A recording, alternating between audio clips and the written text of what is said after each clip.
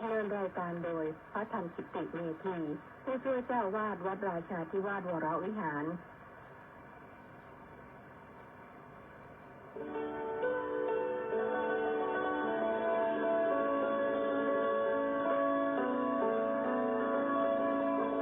ได้เวลามาฟังพุทธานุภาพเพื่อรับทราบพุทธธรรมคำสั่งสอนพร้อมมงคลให้ชีวิตก่อนหลับนอนรอพักผ่อนสุขสบายกายใจเทิน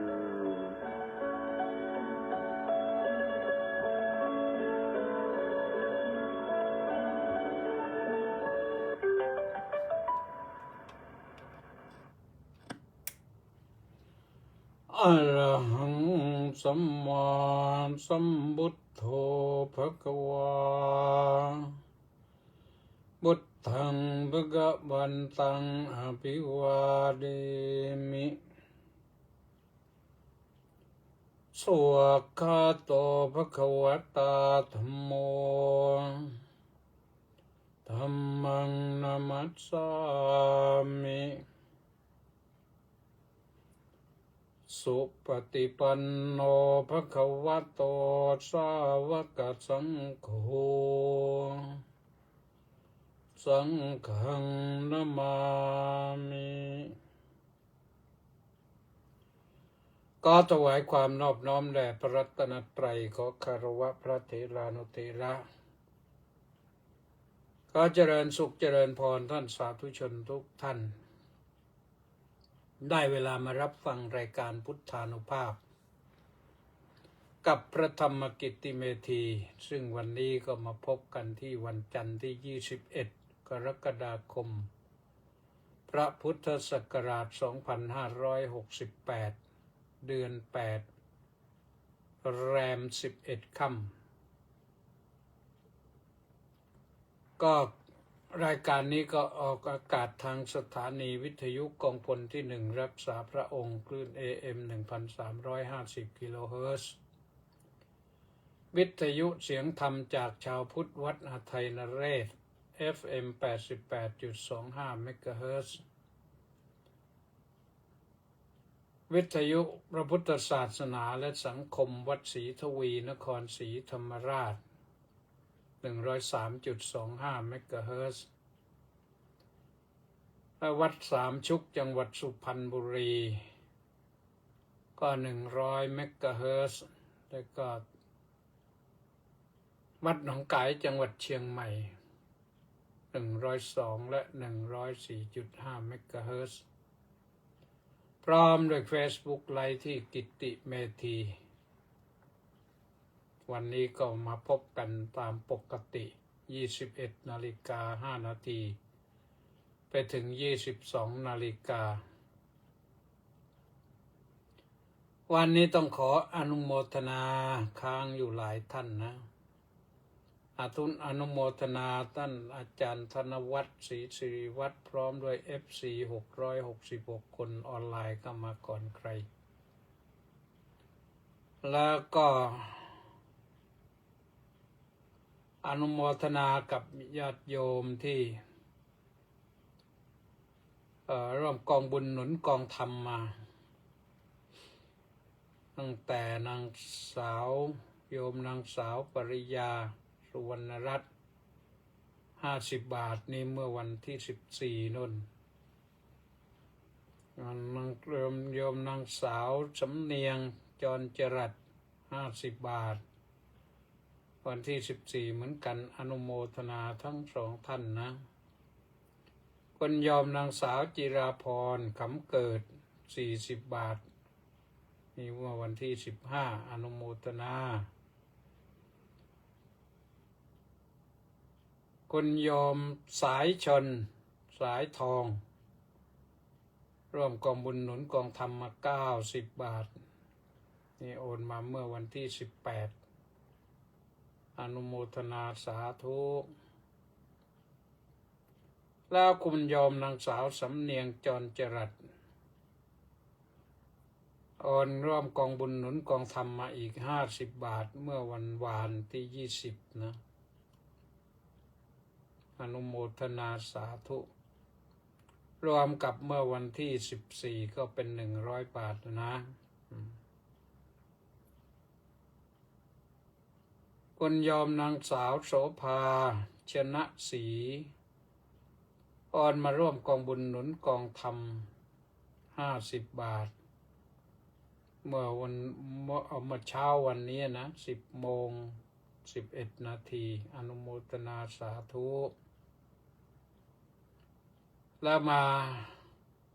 หลังสุดก็คือคุณโยมอาเซียสมมาพรหมร่วมกองบุญหนุนกองธรรมมา50 บาทวันนี้เมื่อเวลา 12:07 นาทีขออนุโมทนากับทุกท่านเป็นอย่างไรกันบ้างนะหมู่นี้ฝนก็ตกเยอะโดยเฉพาะทางภาคเหนือนี่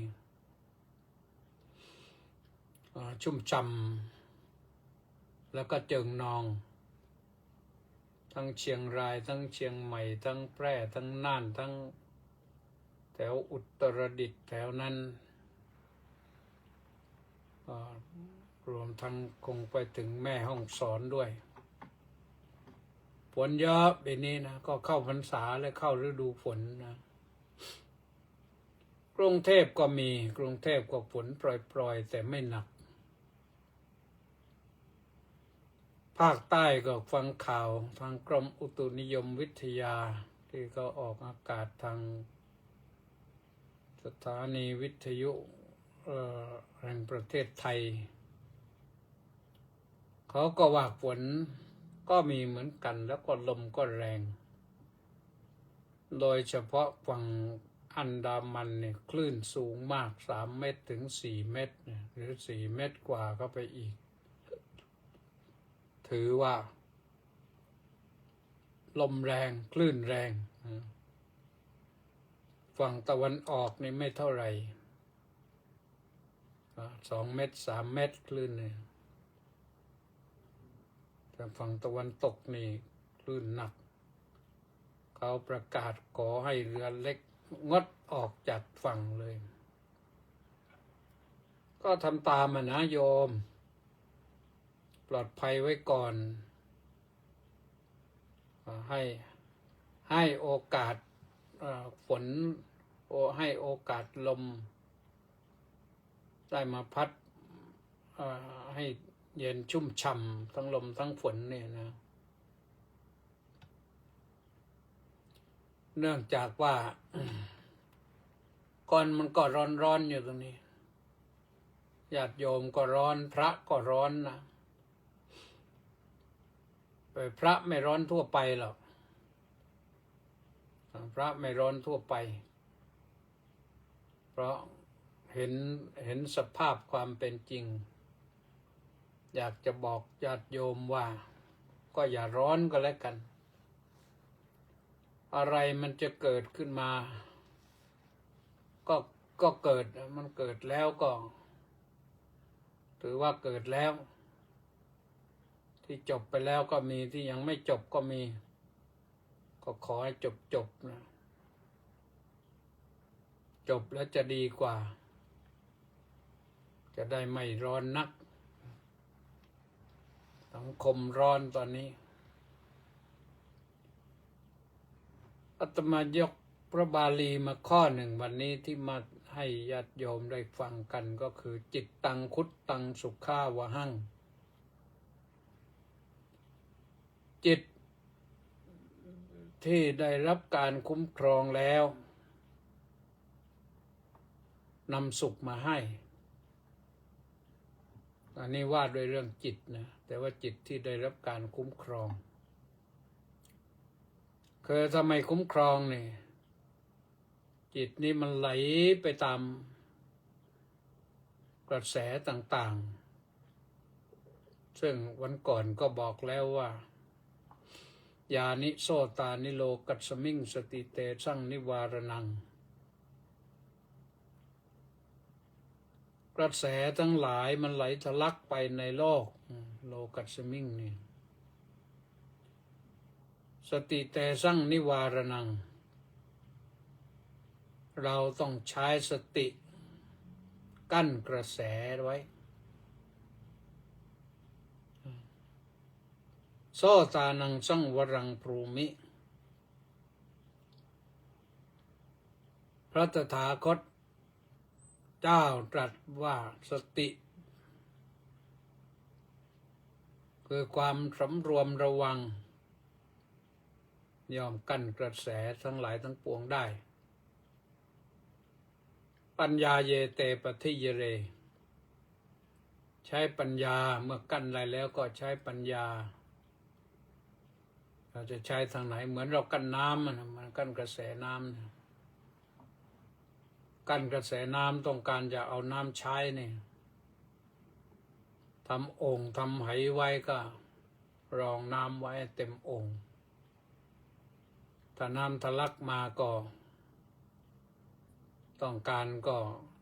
ไขเอาน้ำตามที่ต้องการนอกจากนั้นก็ปล่อยให้ไหลทะลักไปลงสู่ทะเลมหาสมุทรเป็นน้ำที่เราไม่ต้องการการใช้อย่างนี้ก็ต้องใช้ปัญญานะถ้าการใช้ปัญญาได้ก็ต้องคุ้มครองจิตให้ได้นะ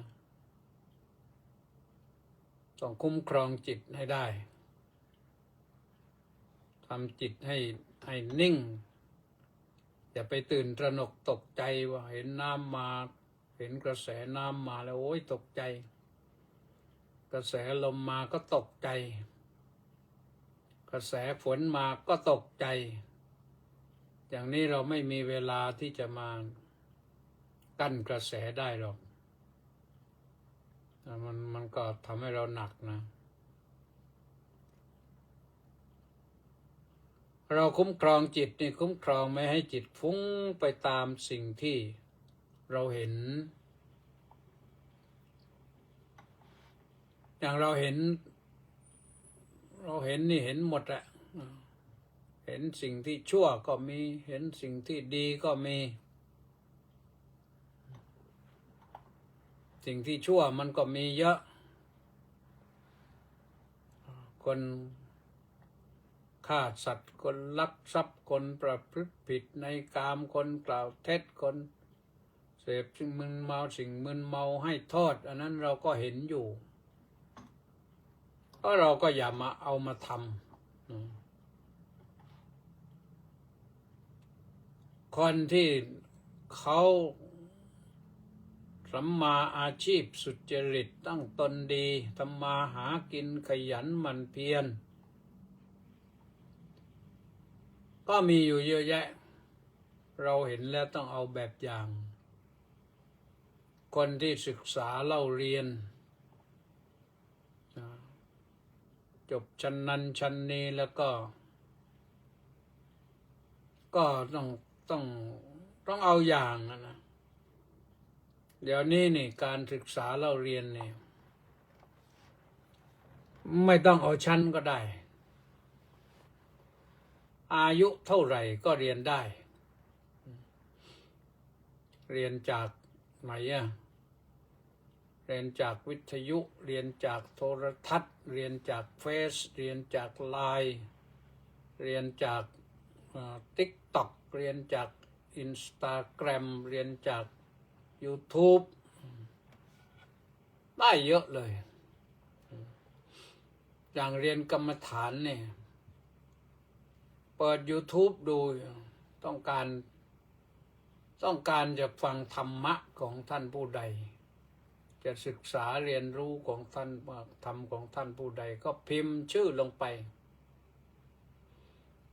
ทำไม่เป็นก็ให้เด็กทำให้ดูสักทีแล้วต่อไปก็ทำเป็นแหละฟังธรรมะได้เยอะเลยสิ่งดีๆทั้งนั้นแหละธรรมะนะแต่เราอย่า อย่าเอาธรรมะไปใช้ให้มันผิดนะเราพูดถึงเห็นข่าวดูข่าวทางโทรทัศน์ส่วนมากเราก็นิยมดูโทรทัศน์กันหรือดูเฟซดูไลน์อะไรต่างๆข่าวมันเลอะเทอะเยอะตอนนี้เลอะเทอะก็เลอะเทอะที่พระนะพระที่ทำเลอะเทอะเยอะแต่พระเหล่านั้นที่ทำเลอะเทอะท่านก็รับกรรมไปแล้วยังมีอีกหรือเปล่าไม่รู้ถ้ามีก็รับกรรมต่อไปนั่นแหละไม่ต้องห่วงว่าพระจะหมดพระยังมีอีกเยอะพระทั้งสายปริยัติทั้งสายปฏิบัติทั้งพระป่าทั้งพระเมืองมีอีกเยอะ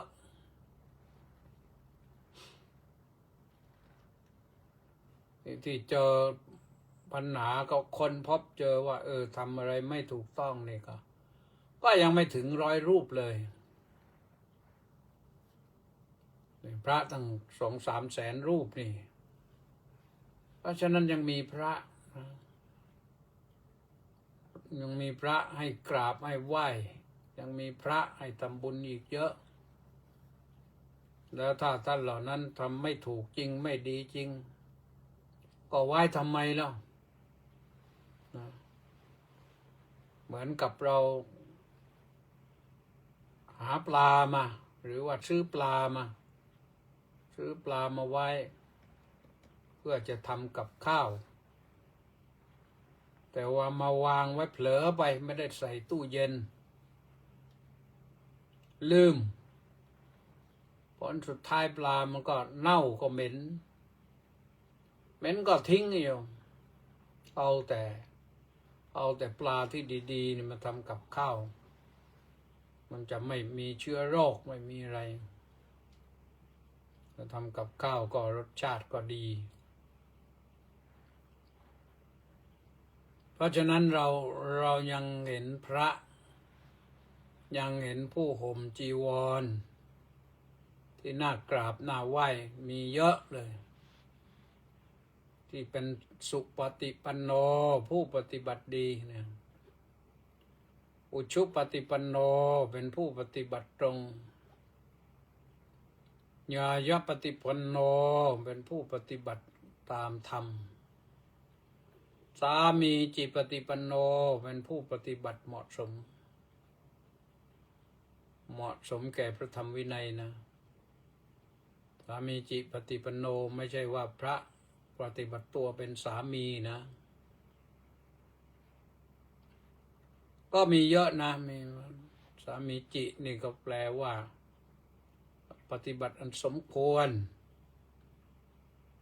แก่การกราบควรแก่การไหว้อันนี้สิ่งที่เราเห็นได้แต่ว่าเราเริ่มต้นจากที่เราเห็นพระพุทธรูปเห็นพระพุทธปฏิมาพระองค์นั้นบริสุทธิ์ผุดผ่องอย่างยอดเยี่ยมแล้วไม่มีกิเลสไม่มีภายนอกภายในไม่มีความหม่นหมองภายนอกภายในแล้วเหมือนกับใบบัวอยู่ในเปลือกตมก็น้ำตกลงมาเท่าไหร่ก็ไม่ติดใบบัวก็จะเขียวสวยอยู่นั่นแหละพระพุทธองค์นั้นสะอาดบริสุทธิ์เป็นอรหัตโตผู้เป็นพระอรหันต์ที่เรากล่าวกันนี่อรหังสัมมาสัมพุทโธภควาพุทธังภควันตังอภิวาเดมิพระพุทธเจ้า เป็นพระอรหันต์เรากราบพระอรหันต์คือผู้บริสุทธิ์บริสุทธิ์หมดจดจากกิเลสเครื่องเศร้าหมองทั้งหลายเพราะฉะนั้นเราคุ้มครองใจของเราเมื่อเราเห็นอะไรก็อย่าหวั่นไหวไปคุ้มครองใจได้ก็คือไม่หวั่นไหวไม่เอียงซ้ายเอียงขวาอยู่ให้นิ่งคนอื่นเสียก็เสียไปเราไม่เสียด้วยสิ่งที่เราได้ฟังเดี๋ยวนี้เราก็ฟังข่าวกันเยอะฟังข่าวแล้วรับไม่ได้ฟังข่าวแล้วเศร้าใจฟังซะคุ้มครองจิตโยมคุ้มครองจิตอันนั้นมันเป็นเรื่องของอารมณ์ภายนอกที่มากระแทกกระทบหูเราถ้ามันไม่ดีนะถ้าดีก็เรียกว่าเป็นเรื่องกามคุณมันให้เกิดความรักความชอบตาก็เหมือนกันนะถ้าไปเห็นสิ่งที่ชอบใจแล้วก็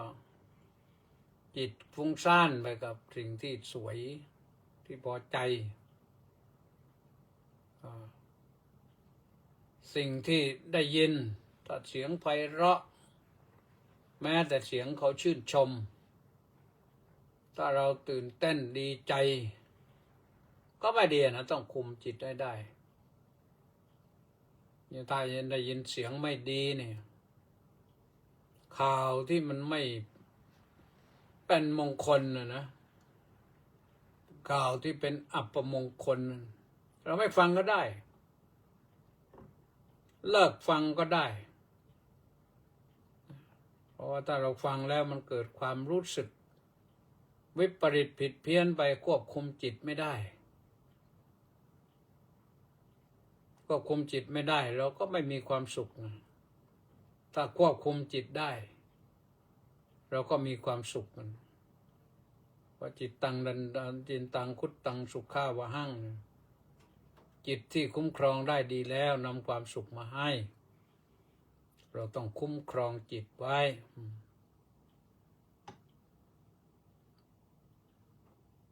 เดี๋ยวนี้นี่ข่าวให้ฟังเยอะเลยโดยเฉพาะอย่างยิ่งข่าวเรื่องพระ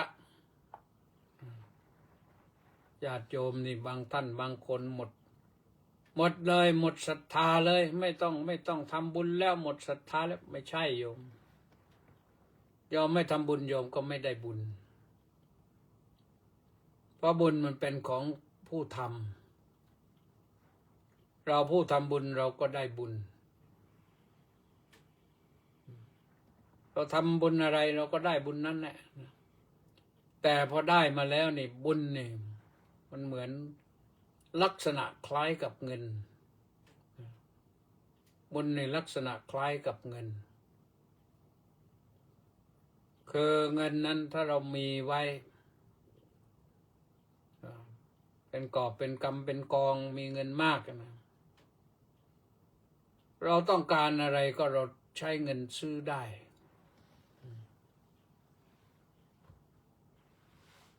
จริงๆแล้วเงินนั้นแม้แต่ซื้อของไม่สะอาดก็ซื้อได้เงินเรามาทำทุจริตได้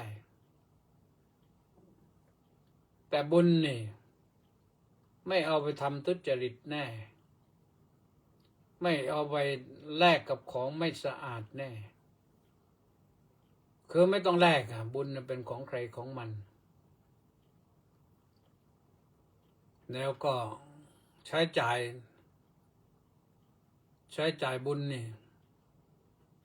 เรียกว่าถ้าทำเป็นแบบต่อบุญนี่ทำเท่าไหร่ก็ได้พกพาไปไหนก็ไม่หนัก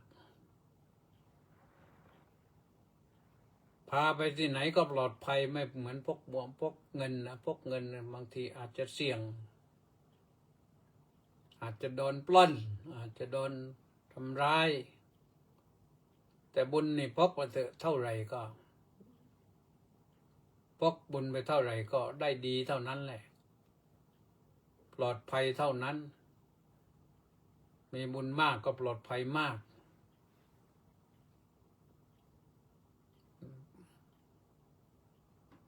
นั่งรถไปไหนก็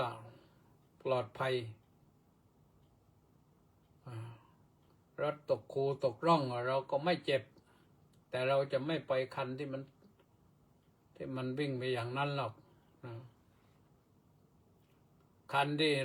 ที่เรานั่งไปนั่นมันไม่ไปประสบอุบัติเหตุเพศภัยหรอกแต่ถ้าสมมติว่ามันมีตัวกาลกินีนั่งไปในคันนั้นด้วยเกิดพารถไปพลิก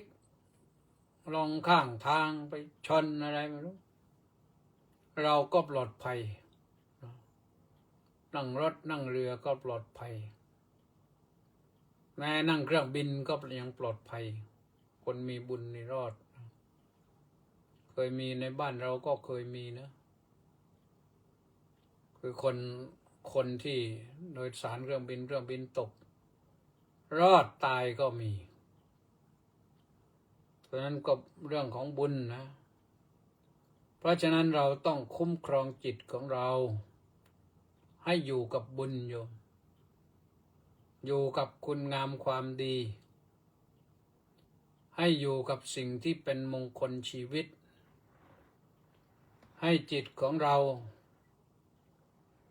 มีบุญไว้เยอะๆเราไปไหนบุญก็จะติดตามไปคนมีบุญมากนี่บุญก็รักษาเทวดาก็คุ้มครองบางครั้งบางทีเรามีหลับไปเหมือนกับ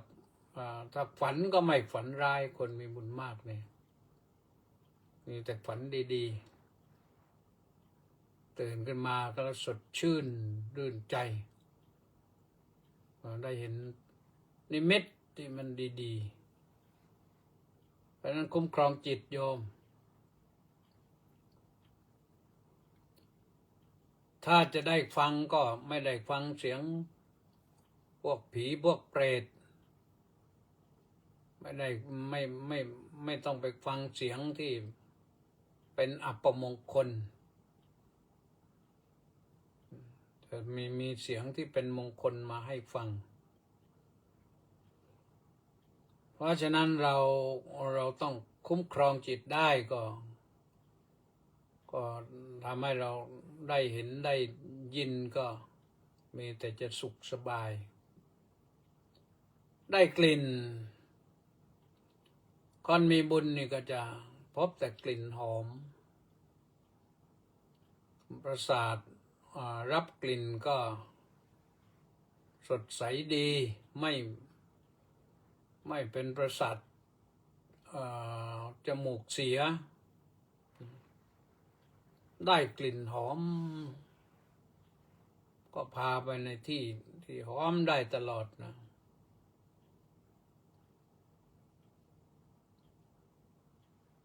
คนมีบุญก็ได้สัมผัสของหอมแต่ต้องควบคุมจิตเหมือนกันนะต้องคุ้มครองจิตเหมือนกันไม่เพลินกับความหอมเพราะอันนั้นมันเป็นกามคุณแม้เราจะไปเจอกลิ่นเหม็นเราก็ไม่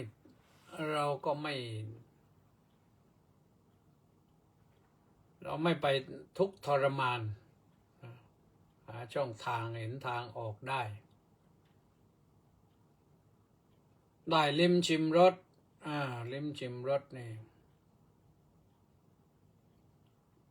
ก็ต้องคุ้มครองจิตเหมือนกันไม่ให้จิตมันหลงไหลชอบไปขาดสิ่งนั้นไม่ได้เหมือนเคยมีอรรถกถาเล่าให้ฟังเรื่องหนึ่งชื่อนายโคคาตเรื่องนายโคคาตเนี่ยแปลว่าคนฆ่าโคชำแหละขายเนื้อ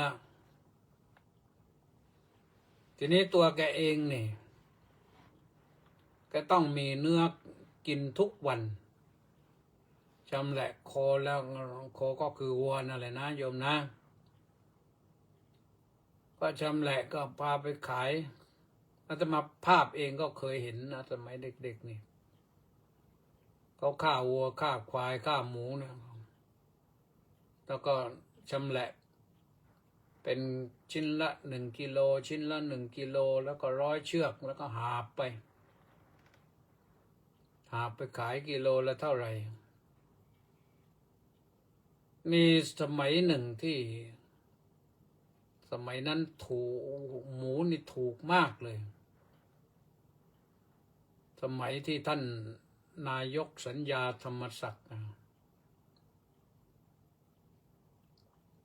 จำได้ว่าในหมู่บ้านนะหมูนี่เนื้อหมูที่เขาชำแหละไปหาบไปขายนะกิโลละ7 บาทโยมเนื้อหมูกิโลละ7 บาทโยมพ่อนี่ก็เป็นคนที่พิถีพิถันเรื่องกับข้าวแล้วเห็นหมูราคาถูกอย่างนั้นก็ซื้อหมูเป็นซีกเลยไม่รู้กี่กิโลตัวไม่ใหญ่มากนะทำกับข้าวเจียวเอาน้ำมันบ้างอะไรบ้างทำไปก็อยู่ที่แม่นั่นแหละนะโยมพ่อมีหน้าที่หาเงินซื้อเลี้ยงลูกก็ลิ้มแล้วอย่าไปถ้าไม่ให้มันติดอกติดใจเกินไปก็คือการคุ้มครองจิตนี่แหละเพราะว่าการที่ว่าลิ้มแล้วมันอร่อยขนาดไหนนั่นก็เป็นเรื่องธรรมดาคิดว่าเป็นเรื่องธรรมดาพอคิดว่าเป็นเรื่องธรรมดามันก็จบได้อ๋ออันนั้นมันอย่างนั้นนะพวกเล่าถึงเรื่อง นายโคคาดยังไม่จบตะกี้เล่าต่ออีกนิดหนึ่งนายโคคาดนี่วันหนึ่งแกฆ่าโคแล้วไปขายเนื้อโคปกติแกจะเว้นเนื้อไว้ให้ปัญญาทำกับข้าวกลับมาตอนเย็นก็รับประทานอาหารทีนี้แกไปข้างหลังนี่ก็มีเพื่อนของนายโคคาดนั่นแหละก็มีเพื่อนมาบ้านไม่มีอะไรจะเลี้ยงก็ไปหาเนื้อโคที่บ้านนายโคคาดนี่แหละก็ปรากฏว่าปัญญาอยู่ก็บอกว่ามันไม่มีเนี่ยจะมีนั่นแหละมีเฉพาะที่เว้นไว้ทำกับข้าวให้นายโคคาดแต่นั้นแหละไม่มีอื่นแกก็ขยันขยอตื้อว่าเอาให้ผมก่อนในที่สุดปัญญาก็เกรงอกเกรงใจไม่รู้จะทำอะไรก็ให้ไปให้นั่นก็คือขายไปนะก็ซื้อไปปรากฏว่านายโคคาดก็ไปขายเนื้อหมดแล้วก็กลับมาบ้านพอมาถึงก่อนตามปกติสีภรรยาก็ทำกับข้าวไว้เรียบร้อยเลยปรากฏว่าวันนั้นทำกับข้าวไว้เรียบร้อยเหมือนกันแต่ไม่มีเนื้อโคปกติเขาต้องมีเนื้อโคกินไม่มีเนื้อโคจะทำอย่างไรแกกินไม่ลงเลยจับมีดปั๊บลงไปข้างล่างไปถึงจับวัวมาตัวหนึ่งแล้วก็จับลิ้นวัวดึงออกมาแล้วก็ตัดลิ้นวัวนั่นแหละตัดลิ้นโคนะโคก็ร้องด้วยความเจ็บปวดนะก็เอามาให้ปัญญาทำกับข้าว แม่ยาก็ต้องทำก็ไม่รู้จะทำอย่างไรทำเสร็จแกก็ไอ้ข้าวโน้นแกเลิกแล้วแกไม่กินแกกินใหม่ก็ปรากฏว่าพอตักเนื้อโคใส่เข้าปากตอนนั้นแหละไม่รู้แกหิวจัดหรืออย่างไรเคี้ยวฉึกเดียวปรากฏว่าลิ้นของแกขาดออกจากปากเลยหล่นลงในจานข้าวเลยเลือดเต็มเลยกรรมมันเห็นทันตากรรมมันเห็นทันตานะเนี่ยคนที่ทำกรรมมันหยาบรุนแรงมากก็เลยต้องเป็นอย่างนั้นนะเพราะฉะนั้นเรื่องถ้าควบคุมจิตได้นี่ก็ได้นะวันนั้นอดเนื้อโคสักมื้อหนึ่งจะเป็นไรไปนะแต่ไม่ยอมไปตัดลิ้นโคมาทำกับข้าวทันทีเลย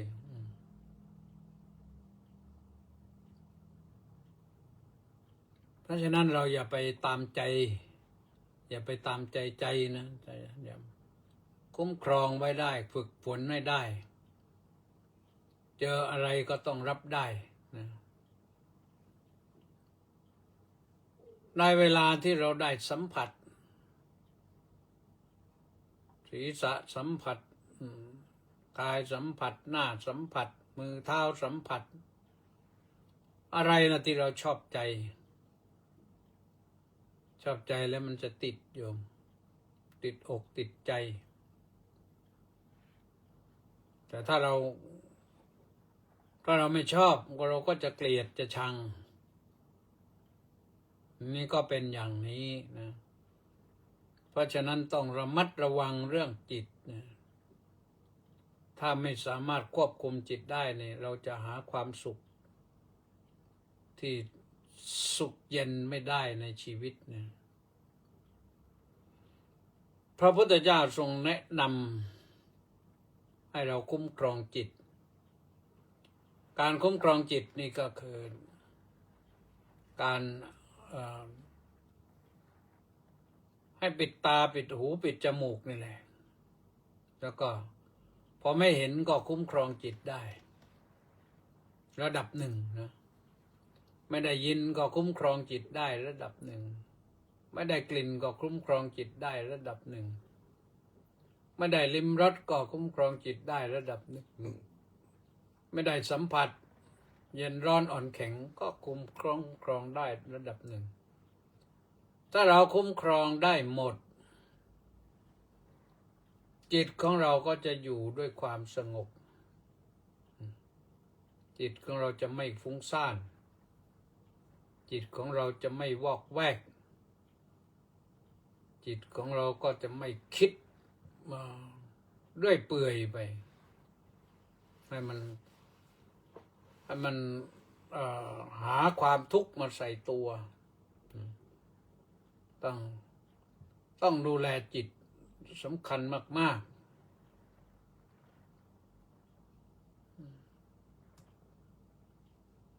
ต้องให้ความสำคัญกับจิตนะถ้าเราไม่สามารถคุ้มครองจิตได้แล้วเราจะดีไม่ดีจิตเราคิดเตลิดเลยอย่างปัจจุบันเนี้ยเราต้องทำจิตใจให้เข้มแข็งมากๆฝึกจิตให้มีพละกำลังฝึกจิตให้มีพละกำลังมากๆมีพละคืออะไรศรัทธาพละคือให้จิตใจที่ศรัทธามาก่อนแล้วนี่อย่าให้มันหวั่นไหวให้ศรัทธาของเรามันหนักแน่น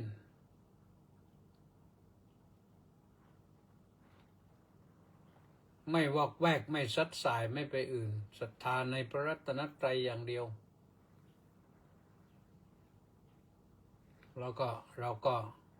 จิตใจของเราก็ผ่องใสปลอดภัยวิริยะพละเราก็ มีกำลังแห่งความกล้าหาญที่จะปฏิเสธวิริยะนั่นแปลว่าความเพียรก็ได้ แปลว่าความกล้าหาญก็ได้ หรือเพียรอย่างกล้าหาญก็ได้เพียรคุ้มครองจิตอย่างกล้าหาญไม่ปล่อยให้จิตนี้เตลิดเปิดเปิงนะไม่สามารถที่จะอยู่กับเนื้อกับตัวได้สติพละ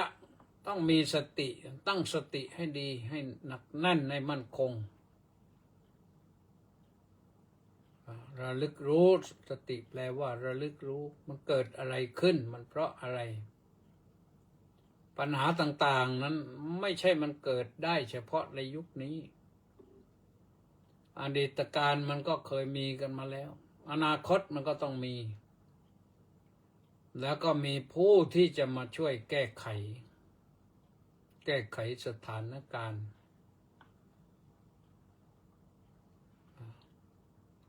เราก็เห็นมาตัวอย่างตั้งแต่โน้นในยุคพระสัมมาสัมพุทธเจ้าเองนั่นก็โดนก็มาระยะหลังพระเถรานุเถระท่านก็ช่วยกันแก้ปัญหาแล้วก็สามารถให้พระพุทธศาสนาอันบริสุทธิ์ผุดผ่องเนี่ยดำเนินมาได้จนถึงปัจจุบันเราได้ยินข่าวได้เห็นข่าวอย่าคิดว่าทั้งหลายทั้งปวงมันจบแล้วมันหมดแล้วพระพุทธเจ้าหมดแล้วพระธรรมหมดแล้วพระสงฆ์หมดแล้วไม่ใช่อันนั้นคิดผิด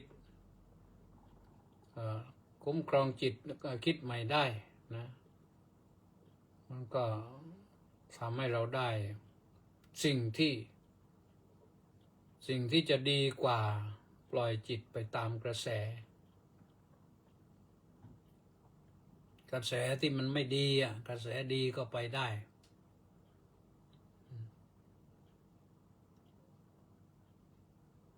สมาธิพละจิตต้องมีสมาธิคือหนักแน่นมั่นคงไม่หวั่นไหวไม่สัดสายไปตามอารมณ์คือเสียงที่ได้ฟังภาพที่ได้เห็นเสียงที่ได้ฟังเป็นต้นนะต้องให้จิตเรานิ่งได้แล้วก็ใจที่คิดเราอย่าคิดว่าเราคิดแล้วมันถูกไปเจอทุกเรื่อง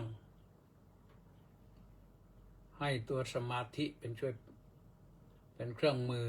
แปลอักษรสำคัญสุดก็คือปัญญาพละเรามีปัญญา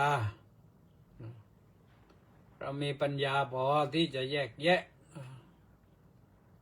ว่าสิ่งดีคืออะไรสิ่งไม่ดีคืออะไรก็ขอให้ใช้ปัญญาตัวนี้แหละคิดใคร่ครวญใช้ปัญญาชำแรกแยกแยะสิ่งที่ดีออกจากสิ่งที่ไม่ดีสิ่งที่แยกสิ่งที่ผิดออกจากสิ่งที่ถูกแล้วเราก็เลือกถือเอาสิ่งที่ถูก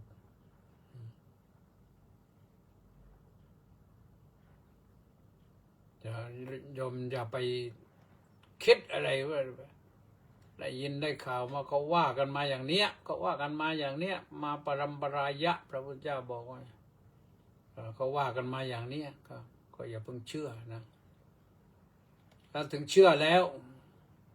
ถ้าเป็นสิ่งที่เชื่อได้ก็ไม่ใช่ให้เราไป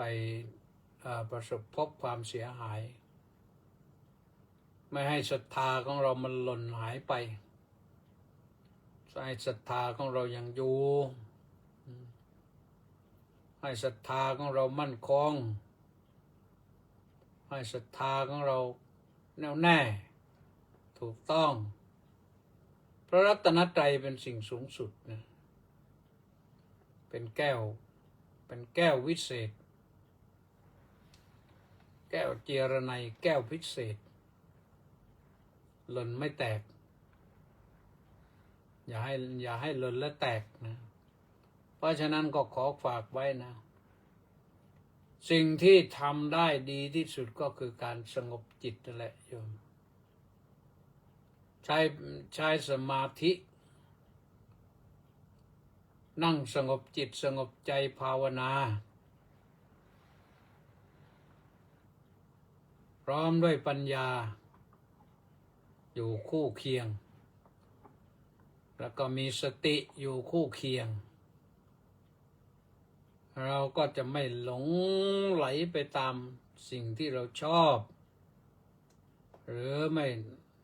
หลงไปตามสิ่งที่เราชังทุกอย่างมันมีคู่กันชั่วกับดีมีคู่กันอยู่แล้วก็เป็นอย่างนี้มาทุกยุคทุกสมัยตั้งแต่บรรพกาลตั้งแต่ยุคมนุษย์ต้นกลับนั่นแหละยุคมนุษย์ต้นกลับเขาก็ทำผิดทำถูกกันมาแล้วมาถึงเดี๋ยวนี้เขาก็ทำผิดทำถูกกันมาแล้วต่อไปก็คงจะมีคนทำผิดทำถูกเหมือนกันเป็นอย่างนี้แหละเพราะฉะนั้นก็สิ่งที่จะให้ช่วยเราได้ก็คือสงบจิตสงบใจฝึกจิตคุ้มครองจิตให้สงบแล้วเราจะพบกับความสุขนะฝากไว้คืนนี้นะพรุ่งนี้จะต้องเดินทางไปภูเก็ตแล้วก็กลับมาเย็นๆรายการยังออกได้ต่อ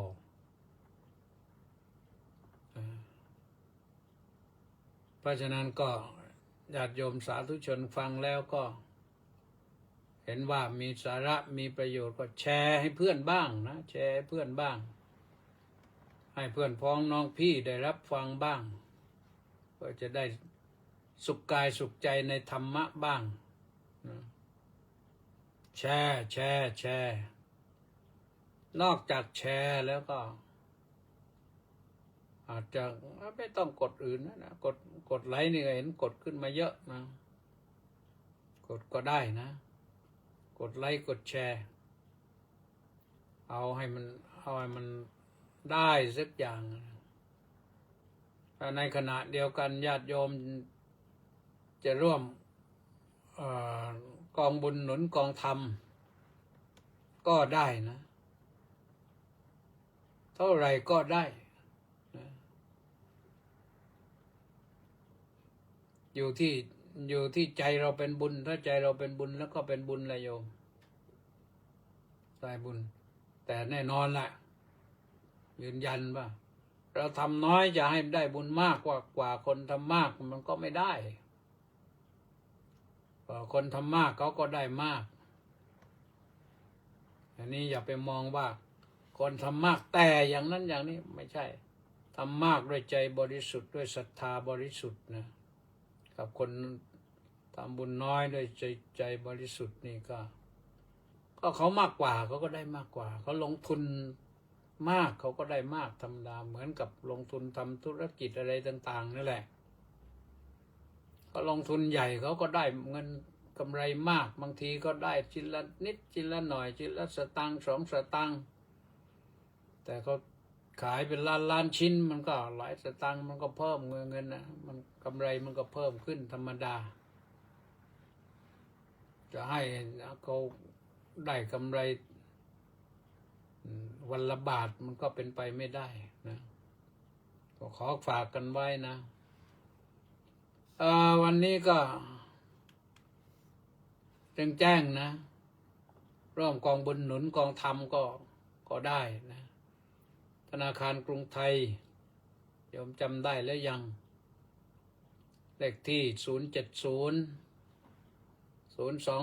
0870 070 026 0870นะไม่รู้ว่าวันนี้มีใครถามอะไรมาบ้างหรือเปล่านะที่จริงน่าจะ น่าจะให้ถามปัญหากันมาด้วยนะแต่ว่าโยมก็ไม่ค่อยถามมันจะมาก็เลยไม่เปิดนี่โยมอยากจะฟังธรรมะมากกว่าก็เลยพูดธรรมะให้ฟังไปเรื่อยๆวันนี้มีใครบ้างไม่รู้พระครูสุนทรศรีละคุณวัดหัวก่อรุ่งปากพนังวันนี้มาแล้วมานัมเบอร์วันแล้วสาธุครับสาธุมณีแสงจันทร์น้อมกราบนมัสการสาธุสาธุสาธุเจ้าค่ะสาธุกำรอนแยมเยือนบอกว่าน้อมกราบคารวะพระเดชพระคุณเป็นอย่างสูงขอรับสาธุแปะนันทิการก็บอกว่าน้อมกราบนมัสการสาธุสาธุสาธุเจ้าค่ะสาธุไพศาลรัตนวงศ์กุลกราบนมัสการครับว่างั้นสาธุคุณสมชายศาสนกิจกราบนมัสการสาธุครับสาธุแล้วก็มีพักดีอวดสุขนมัสเตครับเชียงรายพายุวิภากำลังจะตกครับโอ้โหเชียงรายต้องระมัดระวังกันนะบอกกล่าวเล่าแจ้งกันทางราชการเขาก็แจ้งแล้วแหละแต่ว่าบางครั้งบางทีเราเผลอสตินิดเดียวมันไปแรงนะเสียหายและแรงมากไม่เสียหายเลยเป็นดีนะการไม่เสียหายก็คือระมัดระวังดีระมัดระวังดีก็ปลอดภัยนะแม่ชีสมใจสาธุสาธุสาธุสาธุเจ้าค่ะสาธุสมศรีลักษณะวิราชน้อมกราบนมัสการสาธุสาธุสาธุเจ้าค่ะสาธุแล้วก็ลีลาวดีดอกสร้อยน้อมกราบนมัสการด้วยความเคารพอย่างสูงเจ้าค่ะสาธุแล้วก็มีใครอีกไหมจันทภาดีรัศมีน้อมกราบสาธุค่ะสาธุสริตพงษ์แทสะบำรุงสาธุครับพระอาจารย์ดร.ป้ายแดงสาธุธนวัฒน์ศรีสิริวัฒน์สาธุน้อมกราบนมัสการครับสาธุจอมเคลื่อนทองน้อมกราบสาธุเจ้าค่ะสาธุต้าสิทธิมงคลนมัสการสาธุครับสาธุประยูนกิ่งสายสาธุนัทสารนาละเอียดสาธุสาธุสาธุสาธุเจ้าณภูเก็ตเจ้าณก็สาธุสาธุสาธุว่างั้นสาธุละนะพร้อมกันวิภารัตน์นวรัตน์น้อมกราบนมัสการท่านเจ้าคุณค่าท่านผู้การแล้วก็มีบินคิมกราบนมัสการพระเดชพระคุณท่านเจ้าคุณอาจารย์ด้วยความเคารพอย่างสูงครับพร้อมสาธุนี่ไหมเยาวภาชัยศาสตร์กราบสาธุค่ะสาธุรองกวีแก้วบุญถึงสลดใจเป็นทั้งเพื่อนคนคุ้นเคยทั้งพี่โลกพิจิตรวัดศรีวัดตรีวัดโสธรวัดกัลยาเลยเบื่อไปเลยอันนั้นก็ทำใจสักพักหนึ่งเพื่อนก็ทำใจสักพักหนึ่งเดี๋ยวก็หายนะวันนี้หมดเวลาพอดีเท่านี้นะขอความสุขความสวัสดีความเจริญในธรรมของพระสัมมาสัมพุทธเจ้าจงบังเกิดมีแด่ทุกท่านและเราก็มาพบกันใหม่วันพรุ่งนี้สวัสดีเจริญพร